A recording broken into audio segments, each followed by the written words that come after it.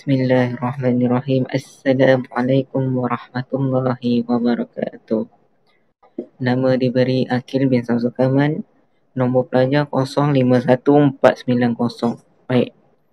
Pada kali ini saya telah diberikan tugasan oleh pensyarah, iaitu untuk menterjemahkan sebuah teks akhbar yang berkaitan dengan tema ekonomi. Okey, dalam tugasan ini saya telah memilih tajuk akhbar daripada bahasa Arab untuk diterjemahkan ke dalam bahasa Melayu.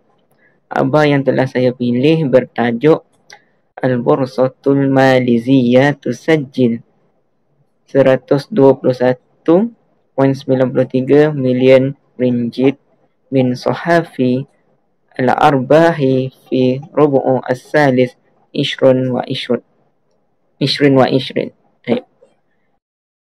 Yang diterjemahkan kepada Bursa Saham Malaysia mencatatkan keuntungan bersih RM 121.93 juta pada suku ketiga tahun 2020. Baik. Pertama sekali, setelah mendapat teks, saya akan membaca teks tersebut secara keseluruhan. Setelah membaca, saya cuba untuk memahami teks tersebut untuk mencari isi penting yang ingin disampaikan ke dalam teks tersebut. Setelah itu, saya mula menterjemah teks tersebut dengan menggunakan terjemahan secara harfiah.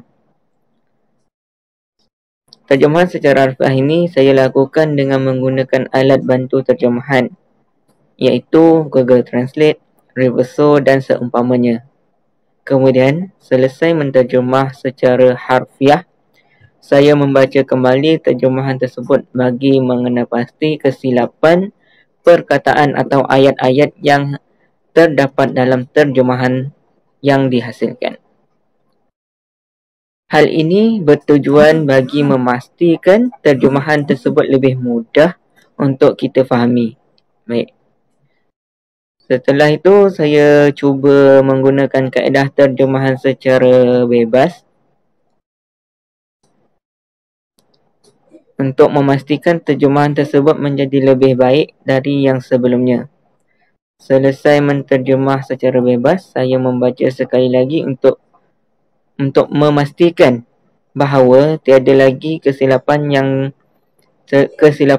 yang ada dalam terjemahan yang saya hasilkan tadi. Kemudian, saya menghantar atau memberikan terjemahan itu kepada rakan saya untuk dinilai hasil tersebut ataupun untuk diperbaiki hasil tersebut. Baik. Dalam menterjemah ni, kita terdapat juga masalah yang berlaku semasa menterjemah. Contohnya, masalah yang selalunya berlaku dalam menterjemah teks akhbar ni adalah masalah dalam menentukan istilah-istilah yang digunakan pada bahasa sumber, di mana istilah tersebut kita jarang guna atau kita jarang dengar. Baik. Bagi menyelesaikan masalah seperti ini, kita boleh rujuk kepada kamus-kamus yang mengandungi istilah-istilah ekonomi, atau kita boleh membuat research daripada internet untuk melihat sama ada perkataan tersebut digunakan atau tidak digunakan, ada istilah atau tidak ada istilah dalam bahasa yang hendak kita hasilkan. Contohnya bahasa Melayu. Baik. Seterusnya, cadangan saya kepada rakan dalam menghasilkan terjemahan yang terbaik. Selesai saja kita menterjemah, kita perlu menghantar atau memberikan hasil terjemahan kita tu kepada orang yang lebih tahu dalam bidang tersebut. Perkara ni adalah untuk kita lihat sejauh mana hasil terjemahan yang kita lakukan.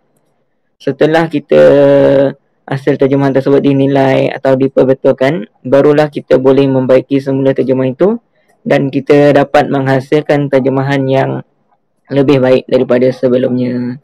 Baik, berdasarkan terjemahan yang saya telah lakukan ini, vocab baru yang saya dapat dalam menterjemah akhbar yang berkaitan dengan ekonomi iaitu Sawqa al-Awraq yang membawa maksud pasaran saham. Itu merupakan vocab yang baru saya memperolehi.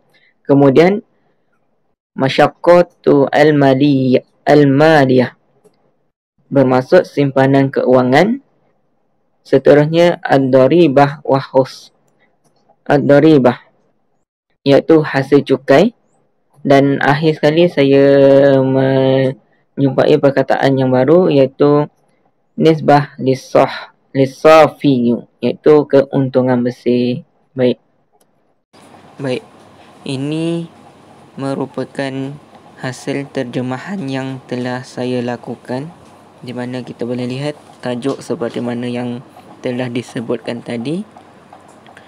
Dan ini adalah terjemahan kepada tajuk. Baik, untuk perangai yang pertama, saya telah menterjemahkan Sajalat Arbusatul Maliziyah Mi'atan 121.93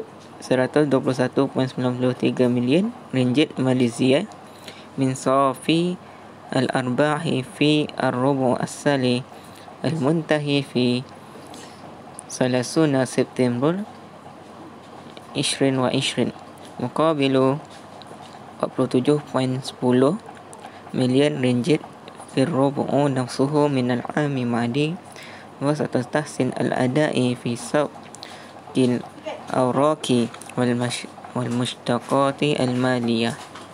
Diterjemahkan pada Bursa Saham Malaysia mencatat keuntungan bersih sebanyak RM 121.93 juta pada pengakhiran suku ketiga iaitu 30 September 2020. Berbanding tahun lalu, Bursa Saham mencatatkan RM 47.10 juta semasa pertengahan kenaikan pasaran saham dan simpanan kewangan. Dan ini barengan seterusnya.